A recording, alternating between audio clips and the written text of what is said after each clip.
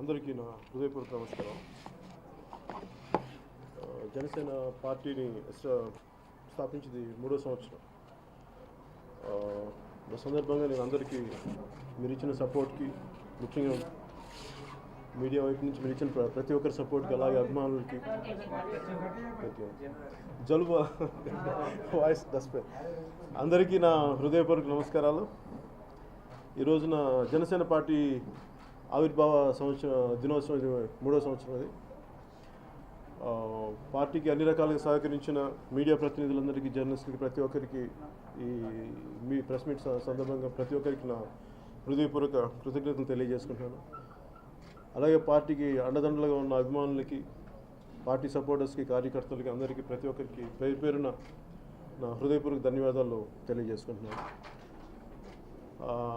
Party నిర్మాణ కార్యక్రమాల్లో మొన్న చెప్పాను, స్టార్ట్ చేసిన లాస్ట్ మన మీటింగ్లో చేనేత కార్యక్రమాలు చెప్పాను. సో దానికి తగ్గట్టుగానే ఈ ఆవిర్భావ దినోత్సవ సందర్భంగా ఇది ఈరోజు పోర్టల్ స్టార్ట్ చేయడం జరిగింది.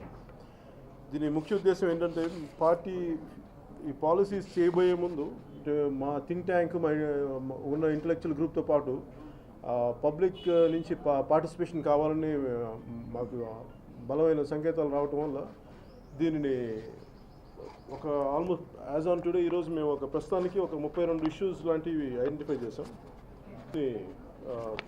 ప్రజల నుంచి, అంటే వాళ్ళ మేధావుల దగ్గర నుంచి, విద్యార్థుల దగ్గర నుంచి, ఇంక్లూడింగ్ హౌస్ వైఫ్స్ దగ్గర నుంచి కూడా మేము ఒపీనియన్స్ తీసుకుంటున్నాం ప్రతి ఒక్క 32 ఇష్యూస్ మీద. సో ఆ పోర్టల్లోకి ఒకసారి లాగిన్ అయితే మటుకు వాళ్ళ అభిప్రాయాలు తెలియజేసి, కాకపోతే చాలా సంక్షిప్తంగా ఒక 2500 మాటల్లో సంక్షిప్తంగా వాళ్ళు చెప్పగలిగేది చాలా స్పష్టంగా, సూటిగా చెప్పాలి. అలాగే వాటిలో బాగా సరిగ్గా అంటే వాళ్ళ అభిప్రాయాలని చాలా జాగ్రత్తగా పంపించిన వాళ్ళందరినీ కూడా మేము కొంత ఐడెంటిఫై చేసి జూన్ నుంచి మేము పార్టీ నిర్మాణ కార్యక్రమాలు స్టార్ట్ అవుతుంది. దాంట్లో భాగంగా ముఖ్యంగా మీకు 2019 ఎన్నికలకి యువతకి పెద్దపీట వేయదలుచుకున్నాం పార్టీ తరఫు నుంచి.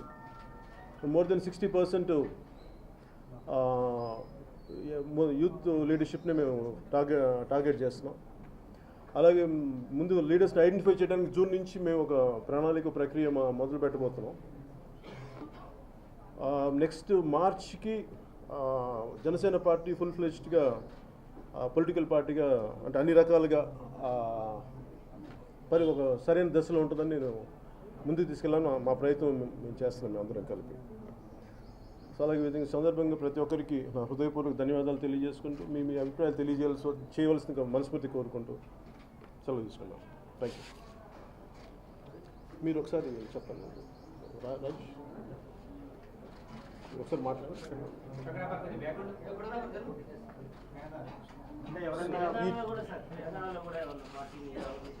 ఉంది అంటే రెండు స్టేట్స్లో రిజిస్టర్ చేసాం పార్టీని.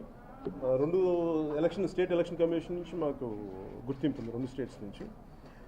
కాబట్టి దీన్ని ఎలా ముందు పార్టీ నిర్మాణ కార్యక్రమాలు చేయబోయే ముందు మాకేంటంటే చాలా బలమైన కార్యకర్తలు ఉన్నారు ప్రతి చోట, ఇంక్లూడింగ్ కర్ణాటక, తమిళనాడు దగ్గర, బోర్డర్ ఏరియాస్లో, ఇంక్లూడింగ్ ఒడిస్సా దగ్గర. కాబట్టి మాకు సమస్యలు ఏంటంటే ప్రజలు మా మీద, అంటే ఆ కార్యకర్తలు కానీ ప్రజల మీద నమ్మకాన్ని ముందుకు తీసుకెళ్ళగలిగే సరైన యువ నాయకత్వం కోసం, అంటే ఎలాంటి వాళ్ళని తీసుకురావాలి, వాళ్ళు ఎలా బయటకు వస్తారనేది అందరం కూడా చాలామంది రావాలని బయటకు ఉంటుంది. కాకపోతే వాళ్ళందరూ రప్పించే విధానాలు ఏంటనే విధి విధానాల గురించి మేము ఆలోచిస్తున్నాం. దాంట్లో ముందుగా మేము జూన్ నుంచి స్టార్ట్ చేయబోతున్నాం. అది it's too early to say నేను ఎట్లా మేము వాళ్ళని బయటకు రాదలుచుకుంటున్నాం అనేది.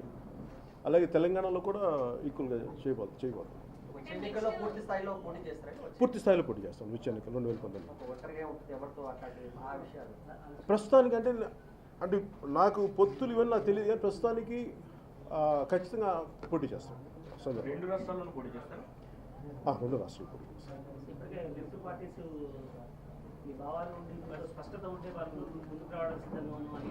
అంటే వాళ్ళకి స్పష్టత ఇవ్వబోయే ముందు ఏంటంటే, ముందు మా నిర్మాణం, పార్టీ నిర్మాణం ఇవన్నీ జరిగిన తర్వాత మాకు కూడా ఒక బలమైన అవగాహన ఉంటుంది. అది అయిన తర్వాతే అంటే వాళ్ళని అంటే మీ పొత్తు పెట్టుకోబోయేది కూడా, అంటే మన కమ్యూనిస్ట్ పార్టీలు కానీ ఇవన్నీ ఏంటంటే చాలా వామపక్ష పార్టీలు కూడా, ఉన్న ఏ పార్టీ అయినా సరే చాలా బలమైన నిర్మాణాలు కలిగి ఉన్న పార్టీలు. వాటితో మేము కలిసి పనిచేయాలన్నా కానీ ఏ విధంగా ఎలాంటి పొత్తులు కుదుర్చుకోవాలనుకున్నా కానీ మాకు మేము కూడా అలాంటి అలాంటి పార్టీ నిర్మాణం జరగకుండా చేయడం సరైనది కాదు. లాస్ట్ 2014 చేసామంటే అది ఒక ప్రత్యేక పరిస్థితుల్లో చేసాం, కానీ 2019కి అదే పరిస్థితులు లేవు కాబట్టి మేము అందులో పార్టీ నిర్మాణం కంప్లీట్ చేసిన తర్వాతే చేయదలుచుకున్నాం. అది మా పార్టీ నిర్మాణం అయిన తర్వాతే ఎలా పొత్తులు పెట్టుకుంటాం, లేదంటే అవసరం ఉందా లేదా వీళ్ళని ముందుగా ఆలోచిస్తాం. అట్లాగా అంటే అసలు ముందు అట్లా అనుకోలేదండి. అంటే మెయిన్గా ఏంటంటే ఒక ఆల్టర్నేట్ అంటే ఒక పొలిటికల్ థాట్ ఉండాలి అనేది మా అందరి ఉద్దేశం. అది పవర్లో తీసుకొస్తారా అనికంటే కూడా మాకు ప్రజల సమస్యల్ని ఎంత బలంగా ముందుకు తీసుకెళ్ళగలం అనే ముఖ్య ఉద్దేశం యాక్చువల్ స్థాపించినప్పుడు. ఎందుకంటే 2014లో మేము మార్చి 14లో మేము ఆ రోజు చెప్పినప్పుడు కూడా రాష్ట్ర విభజనని అందరూ ఎవరెవరి పార్టీ కోణాల్లోనూ ఆలోచించారు, కానీ ఒక హోలిస్టిక్ దృష్టితో ఎవరు మాట్లాడలేదు. దాన్ని మేము వచ్చింది కూడా అదే ఉద్దేశంతో మేము స్టార్ట్ చేసాం పార్టీ. ఎవరు కూడా అందరూ సామాన్య జనం బాధపడేది వాళ్ళ ఆలోచన విధానాన్ని ఎవరు ప్రతిబింబించట్లేదు అని చెప్పి ఆ ఉద్దేశంతో మేము దాన్ని ఎగ్జాక్ట్ మేము రిఫ్లెక్ట్ చేస్తూ మాట్లాడాం ఆ రోజు కూడా 2014 కూడా. సో ఇది మోర్ దెన్ పవర్ బేస్డ్, వీటన్నిటికంటే కూడా ముందు ప్రజల సమస్యల్ని ముందుకు ఎలా తీసుకెళ్ళాలి, ఎలా పరిష్కారం మార్గాలు వెతకాలనే ముఖ్య ఉద్దేశమే. పవర్ వచ్చినా రాకపోయినా పార్టీ అనేది ప్రజల కోసం ఉంటుంది.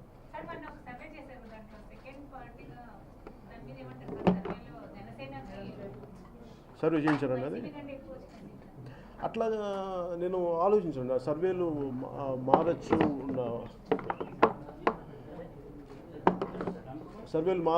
ఇవన్నీ ఉండొచ్చు, కానీ సర్వేల మీద ఆధారపడి కూడా అంటే ఒకరోజు పాజిటివ్గా రావచ్చు, ఇంకోరోజు నెగిటివ్ రావచ్చు, కానీ మేము ఒక ఖచ్చితమైన ఒక ఆలోచన విధానంతో పార్టీ స్థాపించడం జరిగింది.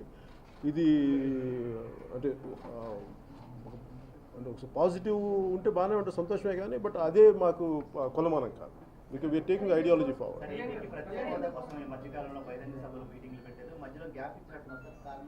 గ్యాప్ ఇవ్వడం అంటే ఫస్ట్ అంటే వాళ్ళందరూ కోరింది ఏంటంటే మాకు ఎగ్జామ్స్ టైం మాకు ఇప్పుడు అందరికీ జనవరి మార్చి నుంచి మా దాకా. అందుకని విద్యార్థి సంఘాలు అందరూ కూడా రిపీటెడ్ రిక్వెస్ట్ ఇచ్చిన పార్టీ ఆఫీస్కి. సో దానివల్ల కొద్దిగా ఏప్రిల్ మే దాకా ఆలోచిస్తాం.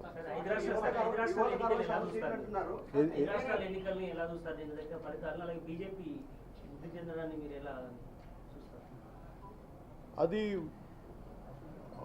ఒకటి ఆ పార్టీల తాలూకు వైఫల్యం కూడా ఉంటుంది, గవర్నమెంట్ల తాలూకు అప్పుడు వాళ్ళ ప్రభుత్వాల్లో అంటే పవర్లో ఉన్న ప్రభుత్వాల తాలూకు వైఫల్యం కూడా ఉంటుంది. అలాగే మేబీ ఉత్తరప్రదేశ్ చూస్తే వాళ్ళకి వితిన్ వాళ్ళ కుటుంబ కలహాలు ఇవన్నీ కూడా చాలా రిపీటెడ్ ఉన్నాయని చెప్పి నాకు లాస్ట్ టైం ఆయన యుఎస్తో ఆయన స్టీవ్ జార్డన్ కూడా నాకు ఆ రోజున అఖిలేష్తో పనిచేసిన ఆయన కూడా అందుకు కూడా ఏంటంటే వాళ్ళ కుటుంబ కలహాలు కొంచెం ఇంపాక్ట్ ఉంటుంది. అది మరి ఎలా దాన్ని బయటకు వస్తారని చెప్పి ఆయన కూడా ఒకలాంటి డౌట్ ఎక్స్ప్రెస్ చేశారు ఆ రోజున. ఈరోజు అదే నిజమైంది సార్.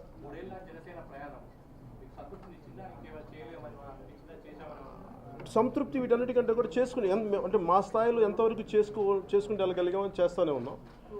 మా పరిమితులు మాకున్నాయి. 100% మేము అనుకున్నది మొత్తం చేయగలిగామంటే ఖచ్చితంగా అంత స్థాయికి రీచ్ అవ్వలేకపోయాం. కాకపోతే ఏంటంటే స్పిరిట్ ఎక్కడ చావలేదు. మేము చేయదలుచుకుని చేస్తూనే ఉన్నాం, కానీ వీ నీడ్ గ్రేటర్ నెట్వర్క్ కావాలి, లాట్ పార్టీ నిర్మాణం జరగాలి. దీనివల్ల ఏమవుతుంది, ప్రెసెన్స్ ఎక్కువ ఉంటుంది, ఎక్కువ సమస్యల మీద పోరాటం చేయడానికి శక్తి ఉంటుంది. ప్రస్తుతం శక్తిని సమకూర్చుకుంటున్నాం, అంతవరకు చెప్పగలం.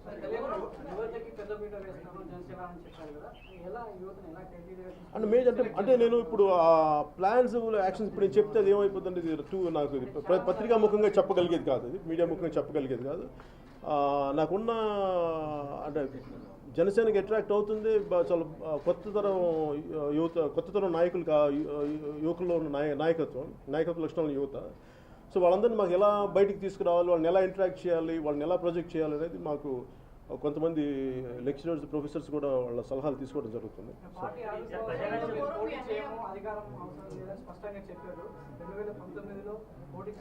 2014 సంగతి అండి మాట్లాడారు.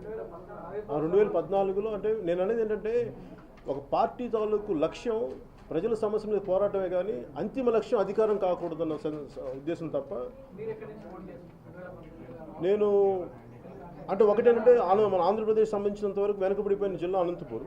నాకు అనంతపూర్ నుంచి ఎందుకంటే రిప్రజెంట్ చేయాలి అనంతపూర్ నుంచి.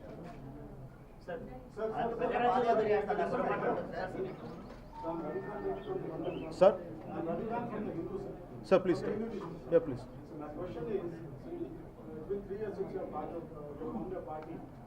Congress is almost dead in AP. So is there any possibility of your brother coming out of Congress and working with you? Is there any, are there any efforts from your side in that direction?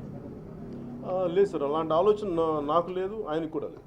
So we are two independent people and మా ఆలోచన విధానం ఒక దారిలో ఒకటే దారిలో కలిసి నడవాలి.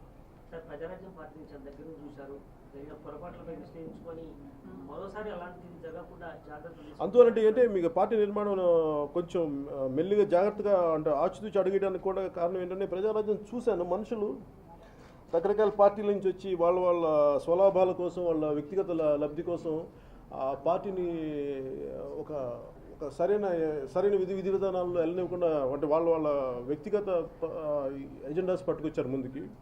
So అలాంటివి జరగకుండా ఉండాలని నేను కొంచెం కాపు కాయాల్సిన అవసరం ఉంది నాకు. అందుకని కొంచెం విమర్శలు ఉన్నా కానీ ఎందుకు జాగ్రత్తగా వెళ్తున్నానంటే గతంలో జరిగిన అనుభవాల దృష్ట్యా కొంచెం జాగ్రత్తగా ఆలోచించి ఆచితూచి అడిగేస్తాను. ఓకే సార్, ఒక చెప్తాను. రెండు రాష్ట్రాల్లో పోటీ చేస్తామంటున్నారు,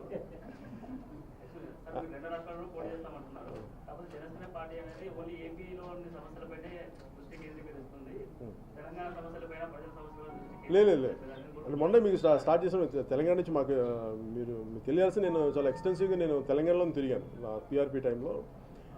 కాకపోతే ఏంటంటే మొన్న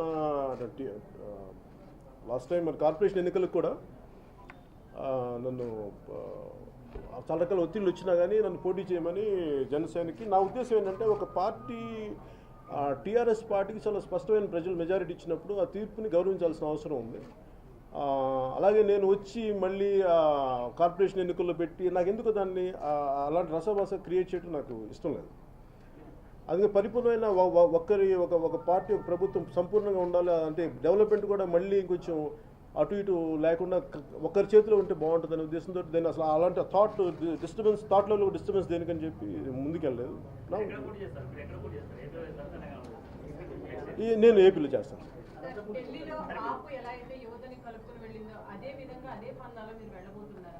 అంటే నాకు తెలియదు ఆపు ఆవిర్భావం ఎట్లా ఉంది నాకు తెలియదు, కానీ ఇది నాకు ఏంటంటుందంటే ఎక్స్ట్రీమ్లీ ఐడియలిస్టిక్గా నేను ఆలోచించాలని ఉంటుంది నాకు వ్యక్తిగతంగా. కానీ వాస్తవంగా చూస్తే మనకి సీనియర్ పొలిటికల్ లీడర్షిప్ అవసరం ఉంది. అలాగే ఓన్లీ అసలు కంప్లీట్ ఐడియలిస్టిక్ బేస్డ్కి వెళ్దామంటే చాలా కష్టం అవుతుంది. అందుకంటే ఎంతో కొంత ఒక ప్రాగ్మాటిక్ ఒక ప్రాక్టికల్ అప్రోచ్ ఎంత విధి విధానాలు ఎంత ఫ్లెక్సిబుల్గా ఉండాలి, అట్ ది సేమ్ టైం మన ఐడియాలజీ నష్టపోకుండా ఎలా ముందుకు తీసుకెళ్లాలన్నది ఆలోచన.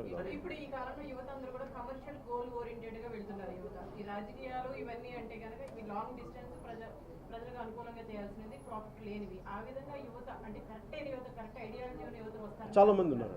అని మనం ఎప్పుడు అంటే యువతను ఎప్పుడు అండర్మైన్ చేయాలి, వాళ్ళకి చాలా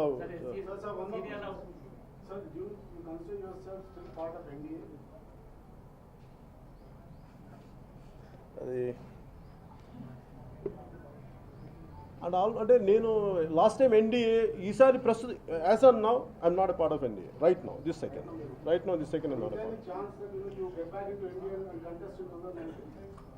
As on today, it's too early to say, sir. As on now, but for me, right now, because నేను ఎందుకంటే వాళ్ళ సైడ్ నుంచి నేను ఎలాంటి పదవులు తీసుకోలేదు. నేను వాళ్ళకి అంటదాన్ని నిస్వార్థంగా చేసింది ఏంటంటే మీరు ఆంధ్రప్రదేశ్ స్పెషల్ కేటగిరీ స్టేటస్ ప్రత్యేక పరిస్థితులు ఉన్నాయి కాబట్టి ఆదుకుంటారు, నిలబడతారనే ఉద్దేశంతో నేను ఎలాంటి ఆశించకుండా చేశాను. అవి నెరవేర్చినప్పుడు నేను వాళ్ళతో ఎన్డీఏతో ఉన్నాను అనుకోవడం అది ప్రజా వ్యతిరేకమైన ఆలోచన విధానం అవుతుంది. అందుకని నేను దానికి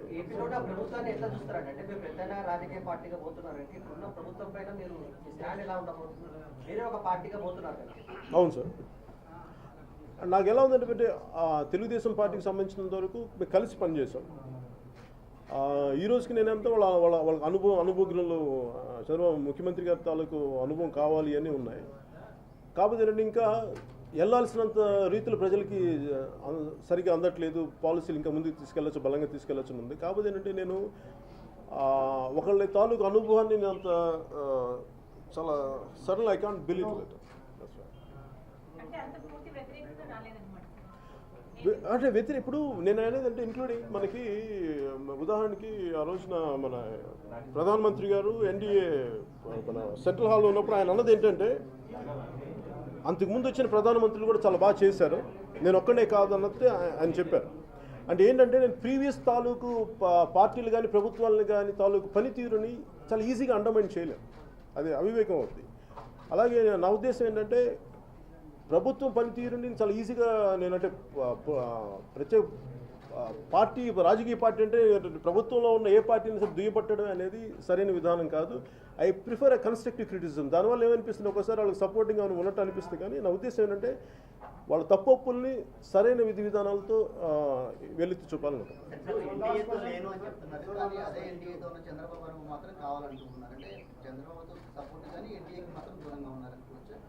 నేను ఎవరికి సపోర్ట్ లేని, ఎవరికి ప్రో ఎవరికి యాంటీ కాదు సార్. I'm pro people.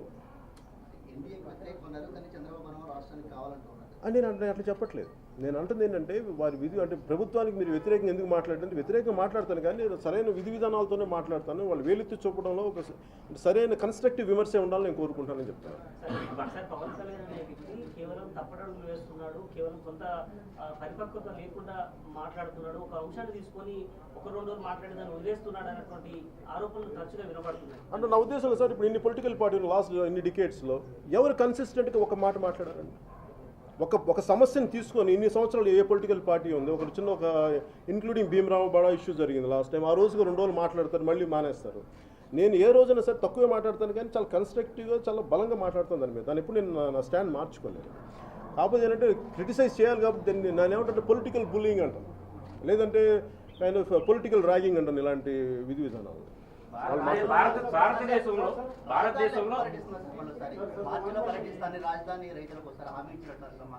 ఏంటి సార్ మంగళగిరి వెళ్ళినప్పుడు మార్చిలో రాజధానిలో పర్యటిస్తాను, మరోసారి రైతు సమస్యలు తెలుసుకుంటున్నారు, వెళ్ళే ఆలోచన ఉంది. ఇంకా ప్రస్తుతానికి ఇంకా లేదండి. అంటే నాకు ఈ మొన్న నేను ఎక్కడికి వెళ్ళినప్పుడు నాకు రిపీటెడ్గా వస్తుంది ఏంటంటే అది మన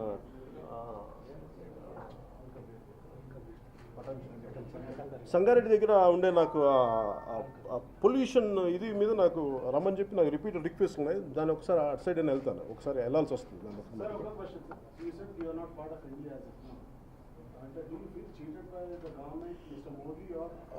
No sir, I don't feel it's not about getting cheated on something. It's not at a personal level. It is a political party's accountability, sir. No matter whether they are a national party or a state or regional party, I feel they are accountable to people. When the promise was given to people, I believe they should honor it.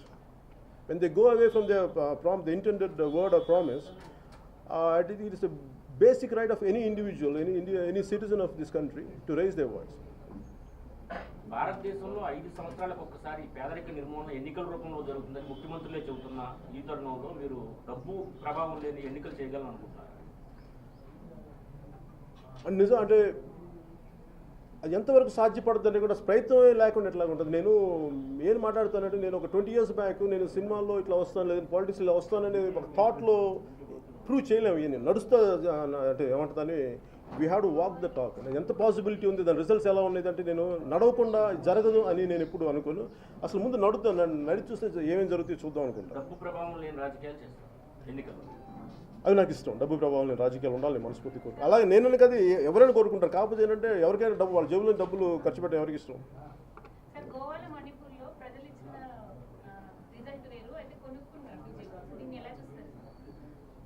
మళ్ళీ చెప్పరా? Goa and మణిపూర్లో ప్రజలు ఇచ్చిన result వేరు, కానీ BJP డబ్బుతో అధికారం అక్కడ చేపట్టింది. మెజారిటీ తక్కువ ఉన్నప్పటికీ అదే నాకు అర్థం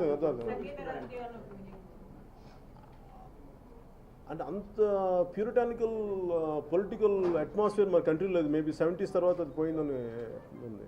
అది రావాలని కోరుకుందాం.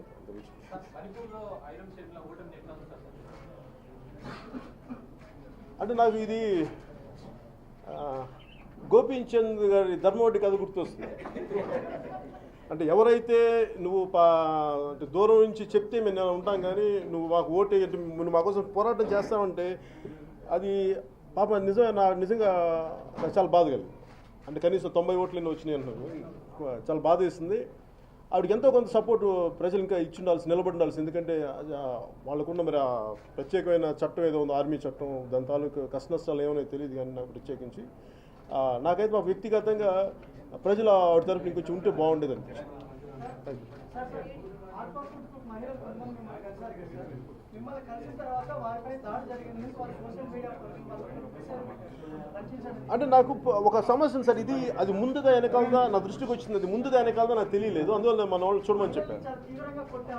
అది నన్ను కలవక ముందు వచ్చిందా కలిసిన తర్వాత వచ్చిందా అనేది నాకు తెలియలేదు. అదొకటి అది నాకు అంటే ఒక పత్రికాముఖంగా మీడియాలో వస్తే నేను నమ్మగలను కానీ సోషల్ మీడియాలో వచ్చేది అది ఫ్యాబ్రికేటెడ్ లేదా నిజమా ఇవన్నీ ఒకసారి శోధించిన తర్వాతే మాట్లాడాలి. మన మహిళా దినోత్సవం కూడా చాలా మంది మహిళలను అరెస్ట్ చేశారు, వెళ్తున్న వాళ్ళు కూడా. దేనికండి? మెగా ఆక్వాకు వ్యతిరేకంగా అంటే ఇది ఆక్వా పార్క్ ఇవన్నీ సమస్యలు ఏంటంటే ఆ ఓనర్స్ కూడా చాలా అంటే బయటికి రావాల్సి వస్తుంటే మేము వాళ్ళు పొల్యూషన్ లేదని అంటున్నారు వాళ్ళు. మరి ఆ పొల్యూషన్ ఎందుకు రావట్లేదని వాళ్ళు ప్రూవ్ చేసుకోవాల్సిన అవసరం కూడా ఆ యాజమాన్యం మీద ఉంది. అలాగే రాష్ట్ర ప్రభుత్వం కూడా ఆ యాజమాన్యం నిజంగా వాళ్ళు అంత చిత్తశుద్ధితో ఉన్నారా, నిజంగా వాళ్ళు ఆ పొల్యూషన్ క్రియేట్ అవ్వబడతా దానివల్ల అనేది వాళ్ళు ప్రూవ్ చేయాల్సిన అవసరం ఉంది. కానీ నేను ఎందుకు దీని గురించి ఎక్కువ మాట్లాడి నిజంగా వాళ్ళంత పొల్యూషనే క్రియేట్ చేయనప్పుడు రేపు పొద్దున్న దాన్ని పెద్ద స్థాయి గొడవ చేయడానికి కూడా నేను దాని మీద పోరాటం చేయడం నేను సిద్ధంగానే ఉన్నాను. అది నేను ఎందుకంటే నాకు ప్రభుత్వం కానీ ఓనర్స్ కానీ వాళ్ళు ఏంటంటే పొల్యూషన్ రావద్దు, వాళ్ళకి ఏం ఇబ్బంది లేదు అంటున్నారు. కానీ నిజంగా వచ్చిన పరిస్థితులే వస్తే మటుకు దాన్ని ఎలా ముందుకు తీసుకెళ్ళాలో నాకు బాగా తెలుసు. Thank you sir.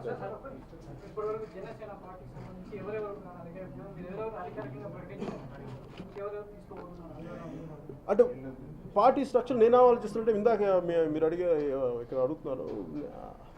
సో నేనేమంటానంటే కొంతమంది అనుభవం అవసరం ఉంది పార్టీకి.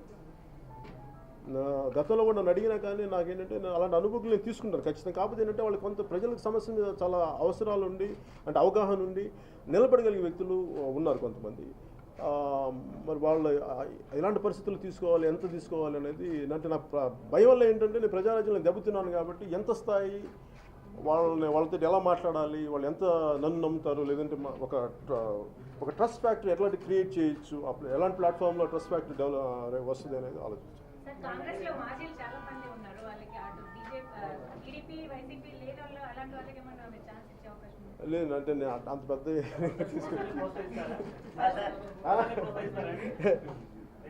ఏదో లేదు. నా ఉద్దేశం ఏంటంటే ఒక యూత్ బేస్డ్ పొలిటికల్ పార్టీ చాలా మంది వాల్యూ బేస్డ్ ప్రయత్నం అయితే చేస్తున్నాం. చూడాలి ఎంతవరకు సహకరిస్తాం.